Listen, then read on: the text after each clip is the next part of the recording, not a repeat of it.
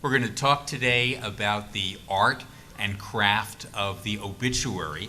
And my name is Marty Kaplan. I am the director of the Norman Lear Center at the University of Southern California's Annenberg School for Communication and Journalism. Speaking of Norman Lear, he is, and our subject, he is 91. He is extremely active. He has lots of television projects, among other things. And my favorite and most salient of those projects is a comedy set in an assisted living facility whose the title of the comedy is Guess Who Died, which I rather like. I'm going to stipulate that no one is here in the room, panelists, no one is here who wants to know how they can get an obituary in the New York Times or the Washington Post. Their interest is purely academic, as it were. This is the third year of a project called Getting It Right: Historians, Journalists, and the Challenges of Getting It Right. It's a joint project between the American History Association's National History Center, and I'm delighted that Roger Lewis and Marion Barber from the History Center are here today, and Jim Grossman, and between them and the Norman Lear Center, a marriage that was arranged by Jeff Cowan at USC, who directs the Center for Communication, Leadership, and Policy. And what we're trying to do over the sessions is to understand between historians and journalists, what are the commonalities and what are the differences? How do they treat knowledge? How do they treat evidence? What constitutes a fact? What's accuracy? What's different about the way they approach storytelling? And how can those two professions be helpful to one another? In Chicago at the AHA a couple of years ago, we approached that by looking at Henry Luce and Time magazine and histories of the 20th century not done by Time magazine. In New Orleans, we had a panel about the death and life of great American newspapers, and also about the journalism and history of the rise of the Third Reich. And here we're going to use obituaries as a lens into those issues about historians and journalists.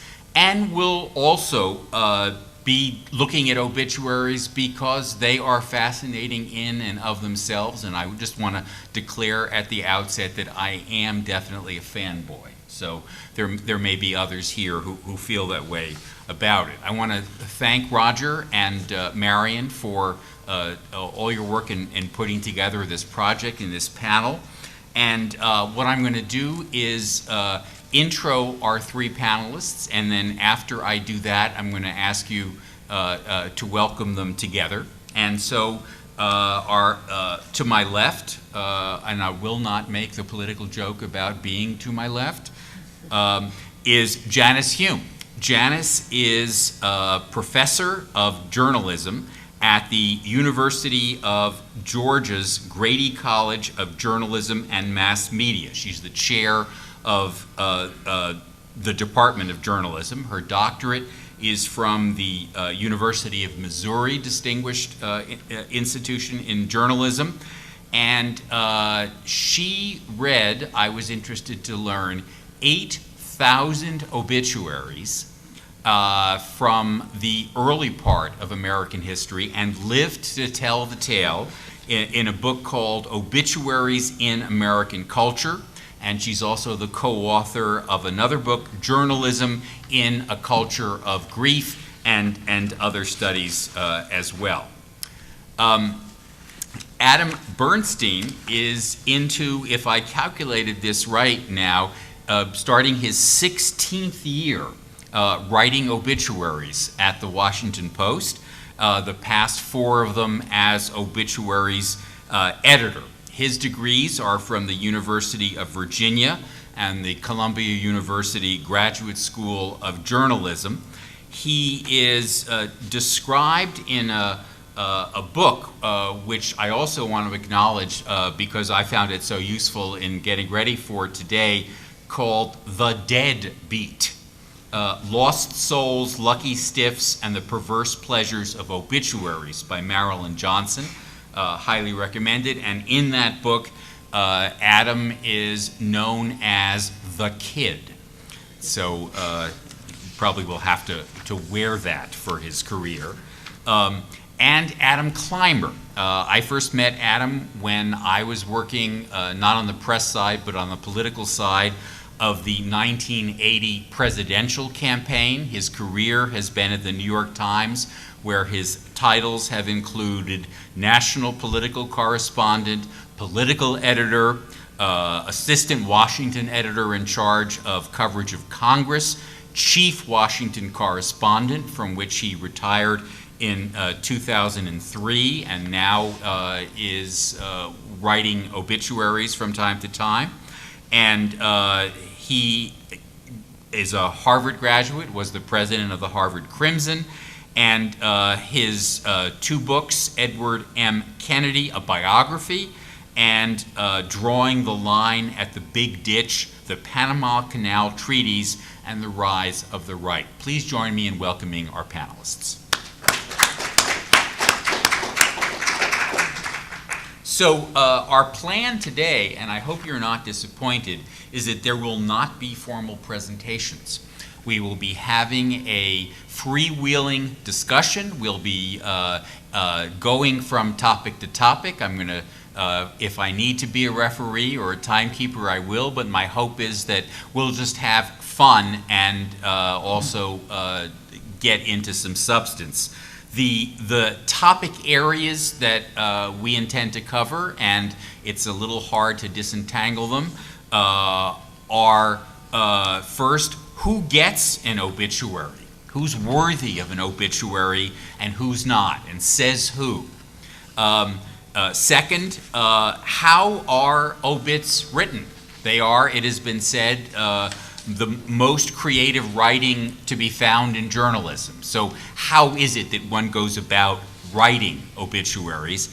And then how do obituaries construct history, frame history, distort history? Does it matter really who gets an obituary or what it says? How do we use them and all the various we's that might entail? So that's the terrain I hope to cover.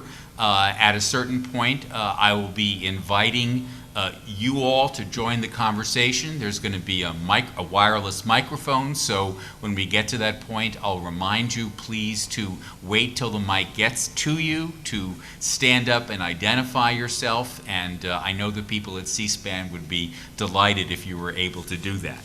So to start, I asked each of our panelists just to get us into the mood of things, to each choose a piece of an obituary to read to us. And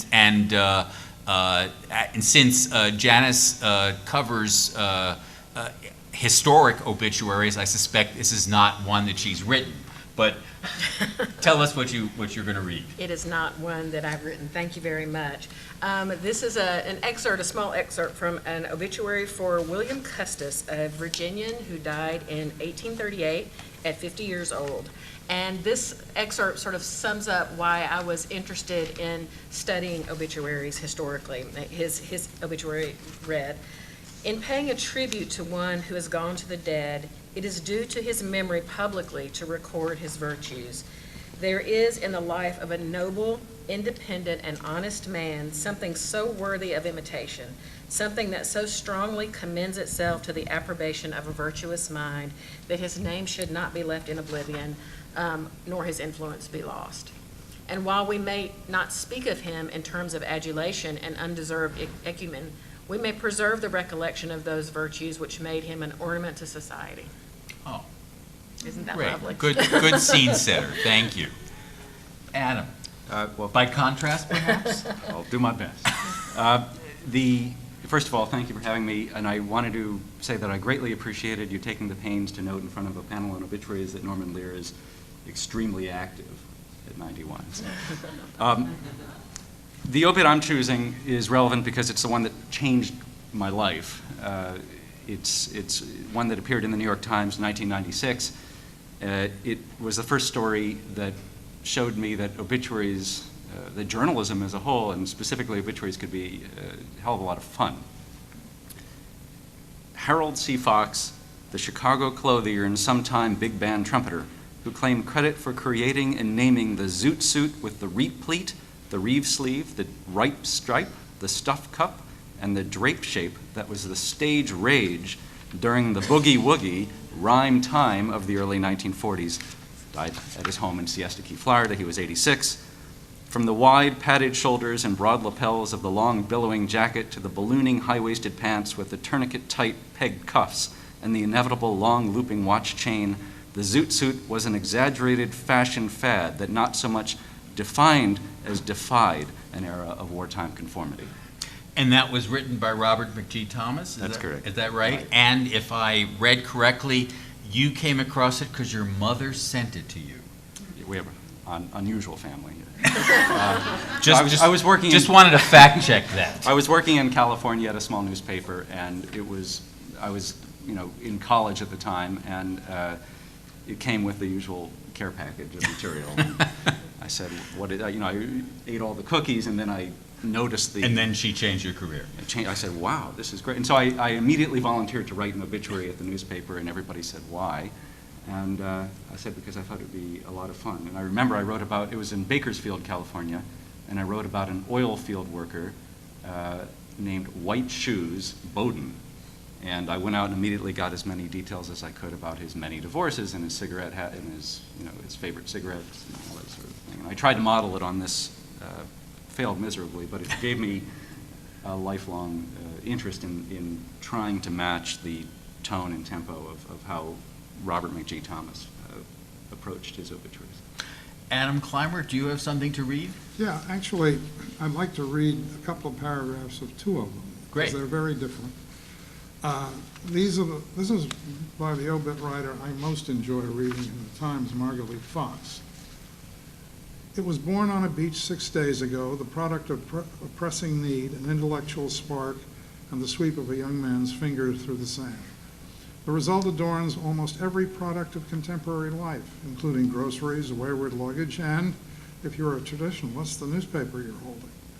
The man on the beach that day was a mechanical engineer in training named N. Joseph Woodland.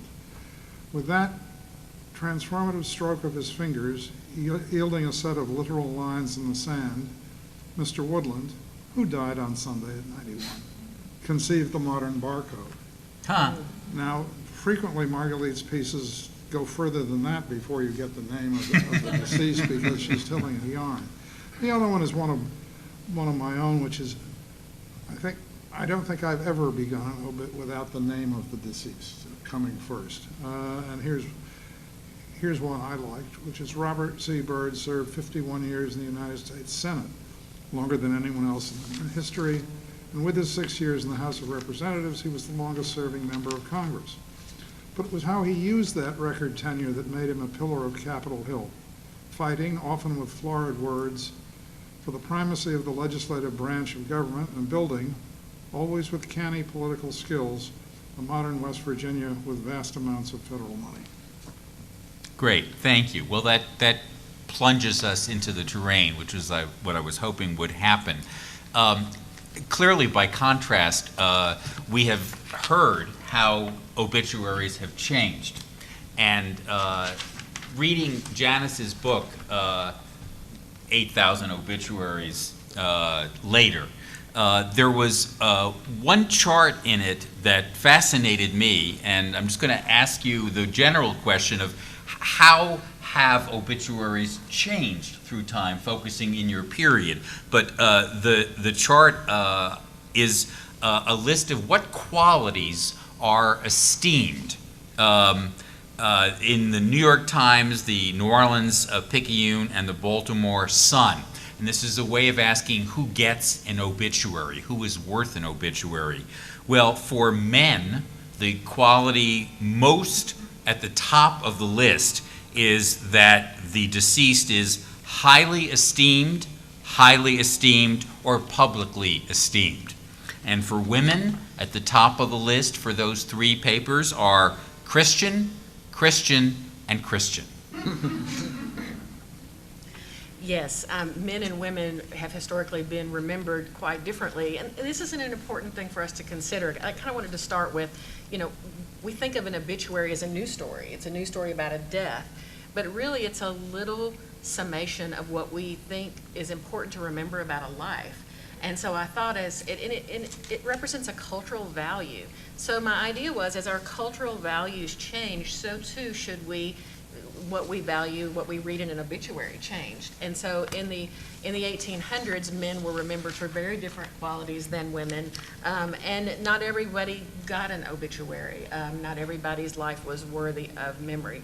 And in a society that is egalitarian, that's an important thing for us to think. The individual citizen's obituary is an important reflection of what we value in this country. And so there's an obituary for Sarah English, and this is very typical of a woman's obituary. This is in 1818. Mrs. English was as intelligent as she was good, not at all ambitious of worldly show. She chose to be useful rather than gay. Her domestic concerns were managed with the most admirable economy, exhibiting at the same degree of comfort and neatness not to be surpassed. I tell my students, if they write that about me in my obituary, I will come back and haunt them. That is not how women are remembered today. But this idea of inclusion, because to me the most important ethical issue in an obituary page is getting the facts right, and we talk about that. But it's also this idea of inclusion. And so I went back to times in American history when our society was becoming more inclusive, and that was at times when people were getting the right to vote. And I looked at how the things we value about the individual American life changed before and after those times. And one of the most important, or one of the most interesting changes that I found was that in the 19th century, people were remembered for attributes of character, for public esteem, for being gentle, for being hospitable. In the 20th century, the early part of the 20th century, people were remembered for how much wealth they had accumulated, for the positions they held. It was really about wealth and business, and in the 19th century, it was about attributes of character, and that was one of the major findings in the movie. Alden Whitman, who was the chief obituary writer and I believe editor for the New York Times, in his The Obituary book, it came out in 1971, in his introduction, talking about who gets an obituary, he writes, "The poor, those who work in an occupation not high on the prevailing scale of social values, or who belong to one of the lesser regarded ethnic groups, or who have never previously been in the news for good or ill, are unlikely to make it in death." And when Gay Talese interviewed him when that book came out, Talese summarized his argument by saying, "Women and Negroes hardly ever seem to die." So, Adam Bernstein, who gets an obituary? The Washington Post has a fairly egalitarian policy about it right now. We write about anybody who lived a long time in the Washington area. It's a little bit problematic dealing with families, with people who are not, writing about people who are not in the news a lot, because it's very difficult to verify the information. What happened recently was a widow of a gentleman called in and was giving the reporter a lot of biographical details. He served in the Navy, did this, that, and the other. The reporter managed to find some reference somewhere on the internet to this man's affiliation with a Coast Guard alumni organization, and called back the widow and said, "Did you mean the Coast Guard?" She goes, "Oh yeah, it has something to do with ships." I'm serious. And so there is a, so when you're not talking about more kind of eulogistic obituaries that are long on wind and low on fact. There is sometimes a bit of a problem in trusting all the information you can put in. So a lot of the egalitarian sort of obituaries that we write about longtime people, and that goes up, it's about 2,000 a year in the Post, we try and keep it a little bare bones because we stick to what we can most feel comfortable with putting in front of the public. Now, that's not a kind of genteel way of apologizing for being establishment focused, is it? To do the little obits? Yeah, To the smaller, the degree to which you do fewer of those little obits and more coverage of the establishment, or is that a not a fair thing? I don't think that's right. I think this has been the priority of the Post was always to cover the community, and traditionally the emphasis has been on the community obituaries. And historically, the paper has written about more prominent people, depending on the whim of the editor. One of my former editors was a real Anglophile, so you'd have a lot of local Army colonels and GSA employees, and then suddenly a great British historian, or an eccentric earl, or something like that. So it depends on who in another an editor before that was a Marine Corps veteran of the Korean War, and so you'd have a lot of Army colonels and church volunteers and GSA employees, and then suddenly, some brilliant Army commander, Marine Corps commander. I think our future is more online for obituaries. This is sort of changing us how we think right now. The impact of online readership is tremendous for obituaries. Very few read the community kind of obituaries, and there's an immediate need to fill the void whenever a second or third tier celebrity dies.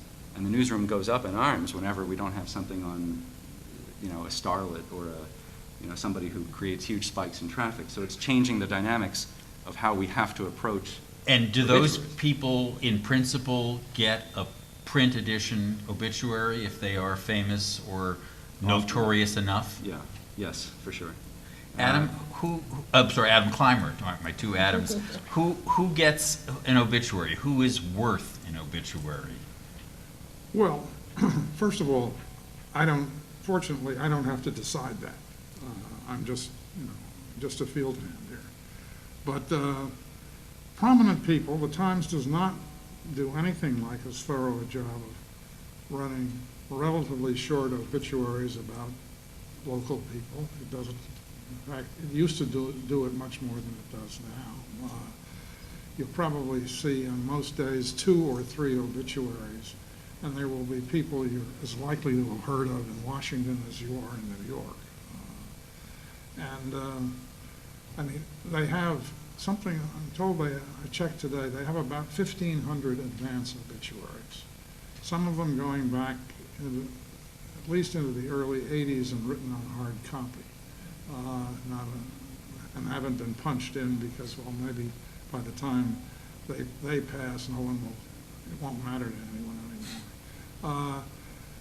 I asked if I could describe what they had in advance, and I was given a New York Timesian reply, well, we consider that proprietary information. But since before I started writing obits, I knew that they always had one about presidents and ex-presidents ready. And beyond that, public officials, certainly, and then, but oddly enough, people like the barcode man. And that takes more invention and amusement, and brings more amusement, I think, than Robert Byrd. All right, here's an appreciation of who Robert Byrd was, but if anyone really cared, they knew he was dead. I think that approach makes a paper a lot more vital and interesting to readers as well. That's why we've tried to, one of the reasons why it's increasingly more difficult to cover the community the way we have is that the staffing has been cut a lot. So you're where we used to have 5, it's now 2. And trying to fulfill the community obligation and keep up with the most fascinating people that you can put in the newspaper is increasingly difficult. So it's a very difficult balance that we try and keep, and we can't do everybody sort of in the middle, the barcode folks who are fascinating and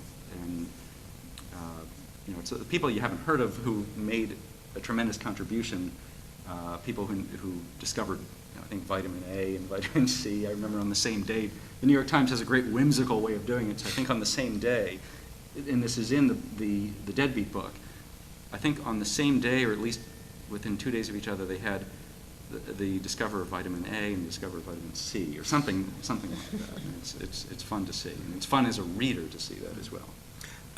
Richard Pearson, the great Washington Post obituaries editor, when asked who gets obituaries, he said, "Well, God is my assignment editor." And I'm just wondering, is the market also an assignment editor? The fact that certain people make for compelling copy, or that they're notorious, does that force some of the decisions? Well, I think that somebody is good copy, like the Barcode Man, is certainly an invitation, but I haven't yet detected at the Times, but I'm sure it will come at some point, this problem about traffic on the web. I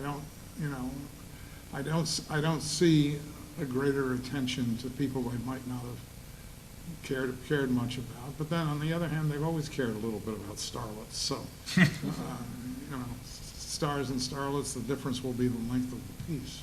Janice, is there any distortion or bias toward the celebrated or the notorious in the history you've done? Yes, when people are newsworthy, there's more copy, and they're remembered in different ways. My interest has always been in studying not the notorious, but the average person's obituary. But even through those 8,000 obits, the longest one was for Mary Baker Eddy, who died during my sample time, and it was pages and pages and pages. So certainly, how much is written about someone, and the placement, and that sort of thing. Certainly, there's a bias. Many bereaved families, it's my impression, are surprised when they discover that the way to get a death notice is to pay for it, that it is advertising, and that those are the only places in which the memorial service and charities and so on. Has that always been the case? I think so. I mean, I wish I got a cut of every advertisement I've sold by sending people to the department that they really wanted. There's a great confusion because obituary lovers are a small but elite group of people with refined tastes, and they know that obituaries can be all that Adam was describing, Janice was describing.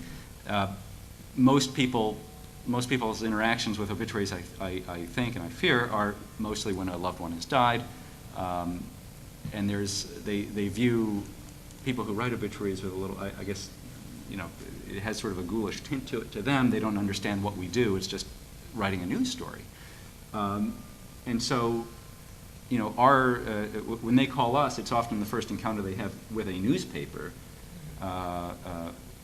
and they're dealing with a great deal of sadness in their life. They're not sure where to go, and so we try and explain the difference between what we do, the news story, and they always want to include something kind of eulogistic in the piece, and we say, no, we really can't do that. What you're looking for is a paid death notice, and they quickly learn the difference. But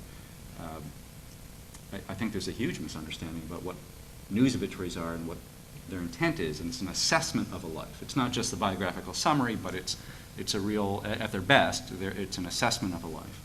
And there are papers that will run a news story as an obituary, only if you've bought an ad. Huh. Oh, is it? And I found evidence of paid obituaries back to the 1830s, so it's not Wow. new. Yeah, it's not new. A genre that I guess I don't know whether the New York Times pioneered it, but it certainly was celebrated for it, was the portraits of grief after 9/11. Can you describe that, Adam? Well, it occurred to, after 9/11, people were putting posters up all around, faces, have you seen this person? Because people didn't know what had become of a lot of people. And one of the editors saw those and decided, well, we ought to do something. We can't do full-fledged obits on 3,000 people, but we can do 100 or 150 words about everyone whose family wants us to. Some didn't, most did. You know, I was working in Washington, but I did a few of them. And it was very satisfying because by and large, they were delighted to know that the New York Times was interested. It was something they hadn't expected because so-and-so wouldn't possibly have made the cut. It would have been hard to make the cut in the Post if they'd been one of the, you know, thousands of people who die in this area. You know, very, very ordinary lives. 100, 150 words, you found something interesting about them. That was, you know, that was very challenging, rewarding, and it got a Pulitzer. And they were brilliant. And you did a study I of did a them. study of them and looked at how they represented those everyday values, the families, the connections with children, the high energy, because most of the people who died were young. And so they, you know, when I did the 8,000 obituaries, these people were supposed to be dead. You know, they died in the 1800s. They would have been dead anyway. And when I did the study of the portraits of grief, I had to work with Kleenex. I cried the whole way through. It was just, they were so beautiful and important, I think. Well, and I think, in fact, you talked about the terms used in the early 1800s. Those terms very rarely get into an obit Adam or I wrote today unless we were quoting the president or something. Unless it's about our bosses. Those short ones were full of that. Oh, they were really beautiful. I'm going to move on to, but not abandon, this topic of who gets obituaries to turn more to something that we've mentioned a bit, which is that how are obituaries written? You mentioned advance obituaries, and the Times has something like 1,500? Yeah. And Adam, what's the story at the Post on advance obituaries? How many do we have? Yeah. About 400. And who would have an advance written about them? Well, it's similar to what Adam was describing. When I took over about 4 years ago, and we had about 75 in sort of so-so shape, and next to none on presidents, and that's the priority, you know, to be ready on somebody where you just don't want to write it at 5 p.m. So we, you know, we're you know, it would be no surprise that we want to be ready on major, massively embarrassing, you know, it would be massively embarrassing if the Post didn't have something ready to go on a major figure like that. God help us if we had, either of us paper had to run the wire story. That's right. So after, you know, once we take care of the paramount figures like that, that would be, you know, it comes down to just what interests you. I mean, that's what comes down to me as an editor. I sort of like to have a mix of political figures with cultural figures. Ronnie Biggs, the great train robber, when that died the other day, and I'd been waiting for 10 years. Just because there was somebody I talked to in the newsroom who said, you have to do it, he's great, he's wonderful. I'd never really heard of him before, you know, when I came aboard the Post, and I said, sure, I'll look into it, and I was riveted by every detail of this scoundrel's life. So it's a mix of people who are significant and notorious. And if you hear that someone is ill, has gone to a hospital, I don't want to say there's an ambulance chasing element in this, but is there a sense in which you have to keep your eye on that radar? There are several, yes. I mean, I think that would be smart for any obituary writer or editor to do. I think there are a couple websites that I always check out to see, you know, somebody is 105, and I never heard of them, so I always check it out, and if they're significant, I wind up assigning it immediately because they're 105. Or if somebody's in the hospital, you know, I always sort of keep it on. I think Alden Whitman sort of describes it in his piece, in the Gay Talese piece on Alden Whitman, where he says, well, I prioritize the obituaries based on, you know, whether they're like a president and they're now in a hospital, or somebody who just turned 80 or something like that. He also said, I thought it was interesting, that he chooses people whose careers are largely behind them so that they don't have to be updated too much. Right. Presidents being the exception to Yes, that. yes, exactly. Although one of my favorites was, Gerald Ford left office in 1977, and within a year or two, a Times reporter who had covered him wrote an advance obituary. And it was very good, and it was updated a little bit at a time for a while. And then maybe it hadn't been touched for 15 years, and they asked me to take a look at it a year or so before he actually died. And some of the things that weren't in it originally, for example, the Helsinki Accords, had come to seem meaningful by then, whereas they hadn't seemed all that important to a very good reporter at the time. The whole Watergate rethinking, or the rethinking about the pardon, had become an element of general regard about Ford. And so I changed it quite a bit. I kept some of the stuff he had, but I took a lot of it out and put other stuff in. Something else Alden Whitman says, he takes credit for it, I can't verify this independently, was that in 1965 he began the practice of interviewing subjects for posthumous publication. Right. Well, the other thing, just for people who don't know, the significance of Alden Whitman is that he was the first modern-day obituary writer who personalized obituaries. I mean, the obituaries had just a little bit of history, being a historical association. Obituaries in the 19th century, over in England in particular, was an occupation of great reward. I mean, they were very ornate, lyrically written obituaries about Walt Whitman and the Duke of Wellington in particular. I remember just from having written a little bit about the history of obituaries. And it was really in the early 20th century in American newspapers when sort of the very terse style of writing came into vogue that obituaries sort of took a dive, and it was a place where people who couldn't do anything else tended to write. And Whitman Alden Whitman of the New York Times was the first to really take the form and personalize it, putting in lively details and assessing a life in a much more academically satisfying way. And so it's a combination of the personality and the fuller assessment that left everything else in the dust.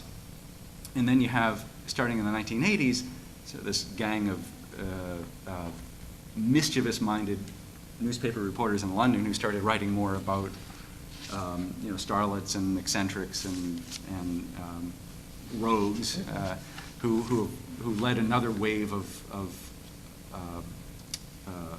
transforming the obituary style once again. So there's a balance between the more formal style of an Alden Whitman and the more colorful way of writing that some of the British people do.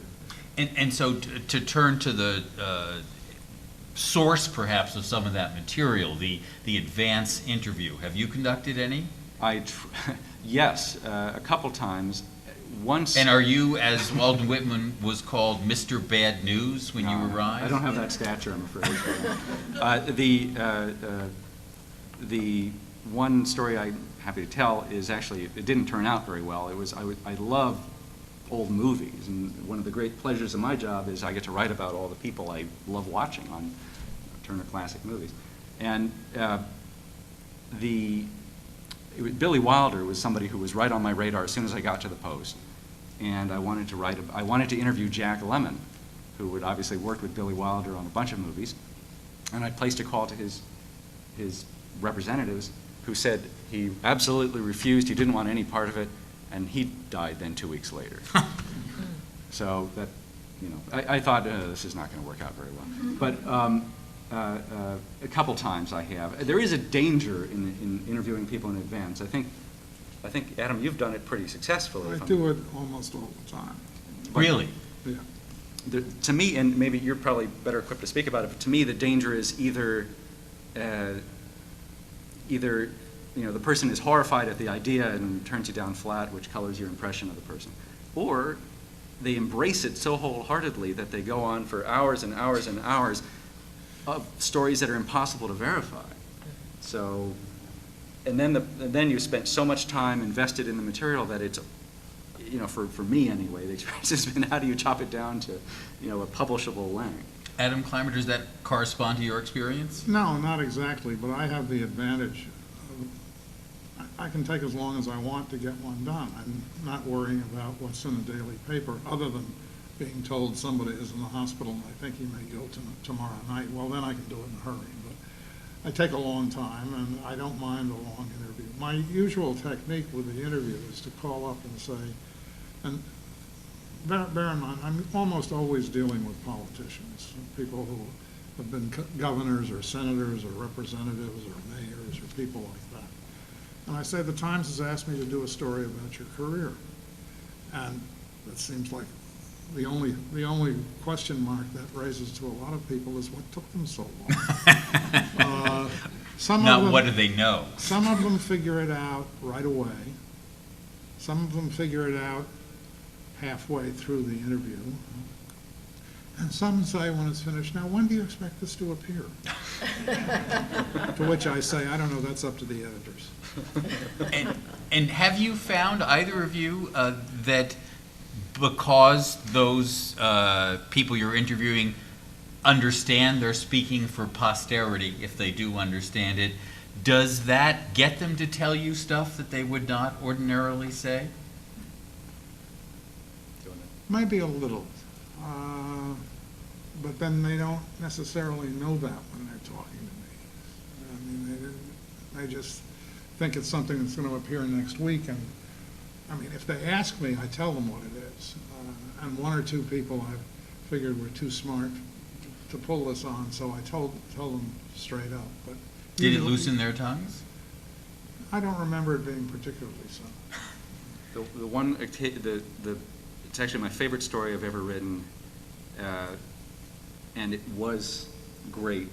It was successful in getting this person to talk more forthrightly about his career. It was a lobbyist here in Washington for a series of dictators and despots, and he called me up and said he was dying and wanted to. How are these things done? I said, well, I had no idea who he was, so I said, please tell me your name.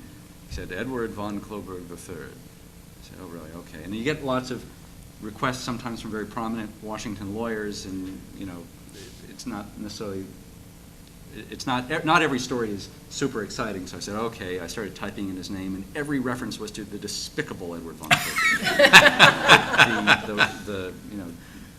There was a Google fill in the blank. So suddenly my interest peaked, and I said, well, really, tell me more about how you're feeling and when we can get together. And he said, well, I'd love to have lunch with you on next week. Can we arrange that? He was from New York and not from a particularly prosperous background, but he talked like a character out of a Noel Coward play.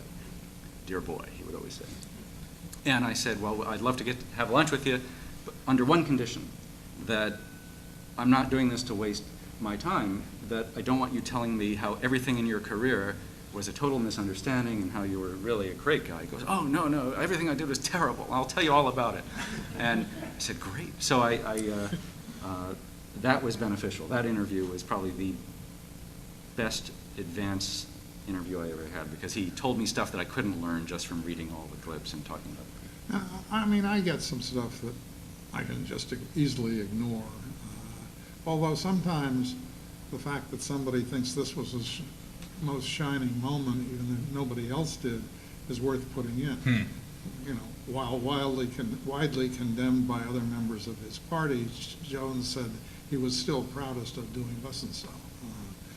And so even the lies tell you something. Janice, earlier Adam Bernstein mentioned that an obituary renders a judgment or a verdict, has a point of view.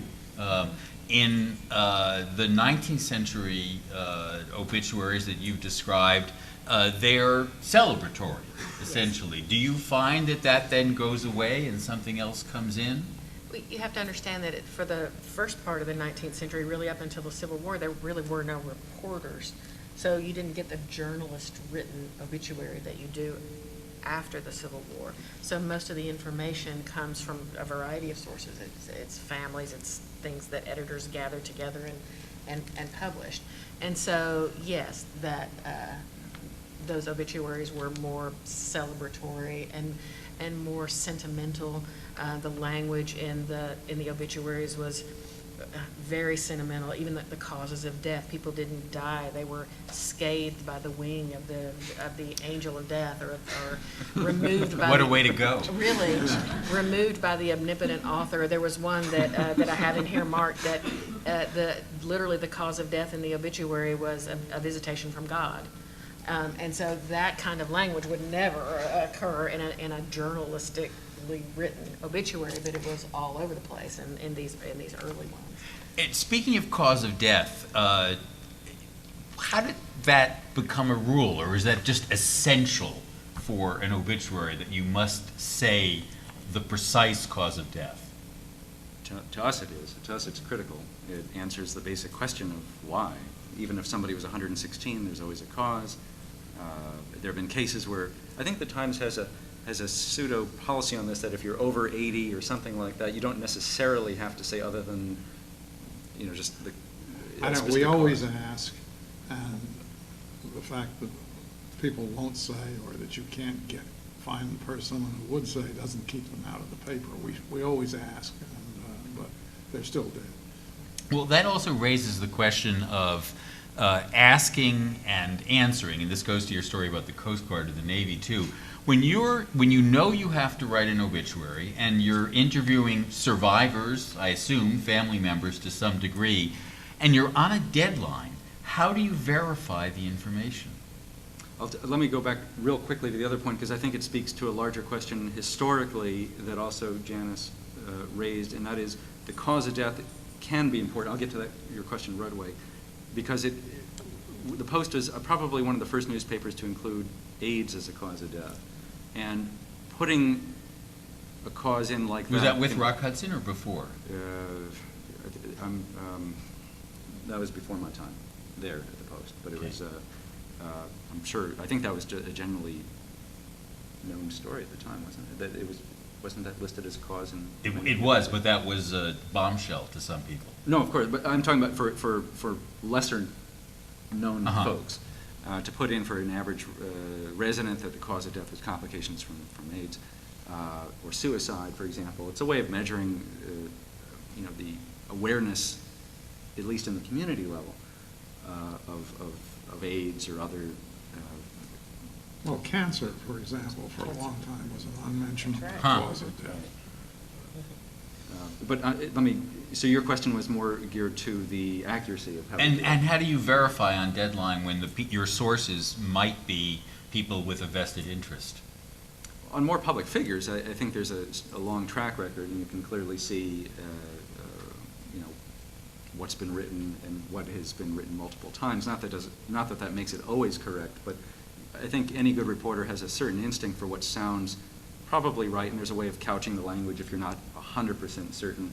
We always like to double check things. If I have any uncertainty at all, I'll usually reach out to whoever I'm talking to as whoever's the representative of the family and say, here's what I read. Does that sound right to you? And if they change it, I'll sometimes mention both things. What it was widely reported and what, this person representing the family had to add about it. For local residents, it can often be complicated because, usually it's people who have never been written about before, so where do you go to get the information? There are a couple sources like who's who in government if you're dealing with a government official, and that's often led to surprising the families of the deceased, who always thought their father or mother or sister or brother did something entirely different from what what was, in black and white. Janice, in the history of obituaries, where do survivors come up? Are they always mentioned, never mentioned? Does it follow any pattern?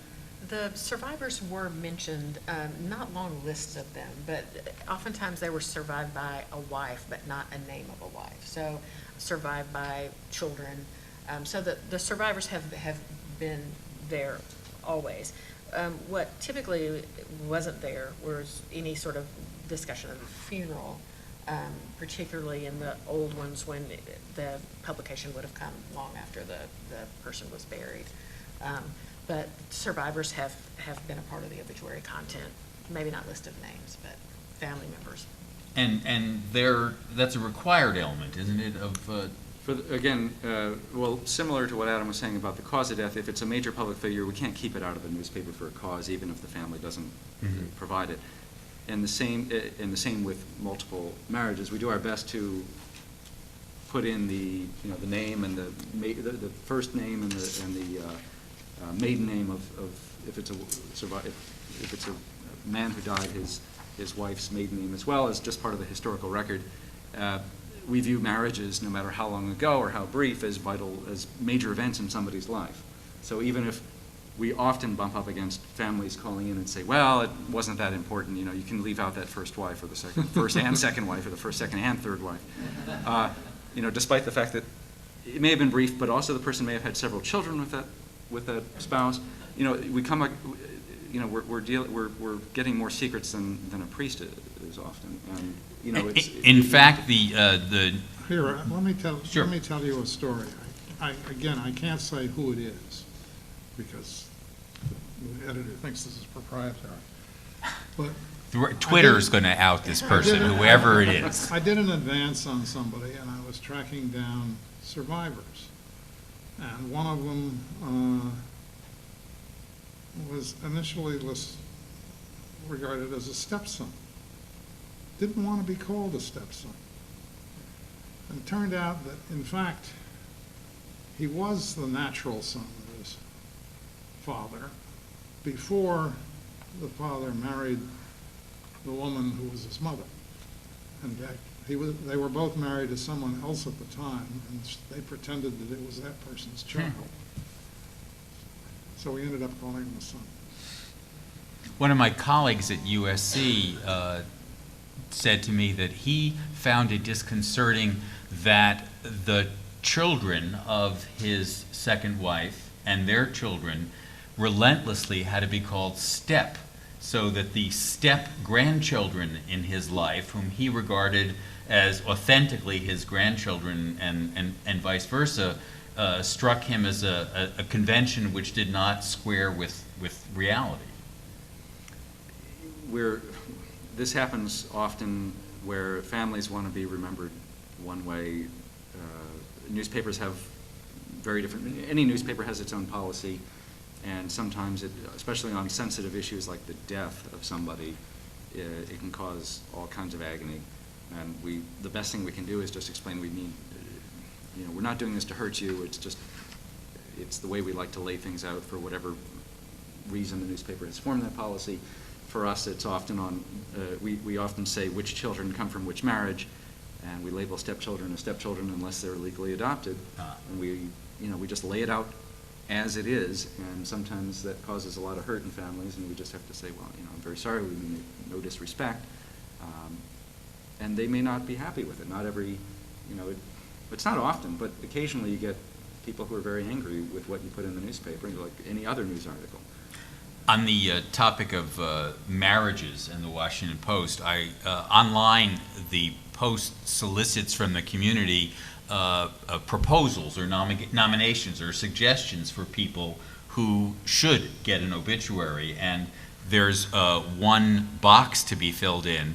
All marriages, including names of spouses, lengths, and reasons for end in case of divorce or death. The Washington Post will not run an obituary unless all marriages are included. We don't like to surprise anybody.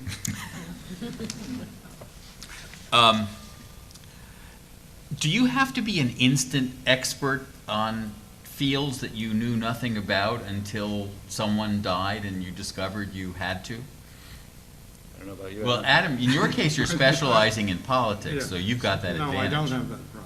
But, once in a long while, I'm writing about somebody whom I knew nothing about or knew one thing about, and they needed more than one thing in the obit, and so I find out things about them, but it isn't, I haven't done the discoverer of any vitamins. It's a great question. I sometimes feel that the obits I do for people that I'm not that familiar with are actually, I would encourage you to read the obits I write about people like nuclear physicists, not because just precisely because I don't know anything about it, and I've usually consulted about 19 specialists, up to the point where I once got a call from somebody saying, "God, are you the physics reporter at the newspaper?" Because, I said, "No, really, I'm not.